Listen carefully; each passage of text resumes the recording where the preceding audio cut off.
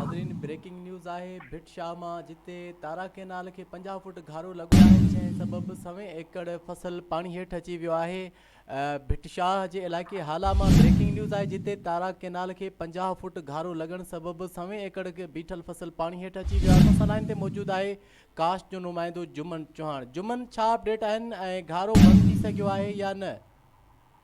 जी बिल्कुल हाला वेझे तारा माइनर शाख है 50 फुट वेझो घारो 100 एकड़ से बीठल कपा जो फसल पानी हेठि पाणी सैलाबी ॻोठ मां थींदो नेशनल हाईवे ॾांहुं तेज़ी सां वधण लॻो आहे। घारे सबबु वॾे नुक़सान जो ख़दशो इतला जे बावजूदि इरिगेशन इंतज़ामिया बि न पहुतो। ॻोठाणनि पंहिंजी मदद पाण घारो बंदि करण में मसरूफ़ पंहिंजे ई पाण घरो बंदि करण में मसरूफ़ 50 फुट नतीजे में 100 एकड़नि ते तयारु थियल कपह जो फसल तबाह थियण जे करे लखे रुपए जो नुक़सान तारा माइनर शाख खे भेण घारे सबबु वधीक नुक़सान जो ख़तरो बि पिणु ॿुधायो पियो वञे। मुख़्तलिफ़ ॻोठनि जे जिसे में सैलाबी ॻोठनि मां थींदो मेन हाईवे ॾांहुं वधण लॻो आहे। ॻोठाणनि जो चवणु आहे त हिननि वाक़िए जो इतला फौरी तौर ते इरिगेशन खे ॾिनो आहे। आगाह ॾियण जे बावजूदि बि इरिगेशन जो को बि अमलदार न पहुची सघियो आहे। जॾहिं त मुक़ामी ॻोठाणा पंहिंजी मदद पाण कोशिशि करे घारे खे बंदि करण लाइ कोशिशूं कंदा शदीद मुश्किलात खे मुंहुं ॾियण में कोशिशि कंहिं बि अञा ताईं को बि राब्तो न कयो आहे। जी वरी महिरबानी। अञा ताईं घारे खे बंदि करण जे हवाले सां आबपाशी अमले पारां के बि कोशिशूं साम्हूं न अची सघियूं आहिनि।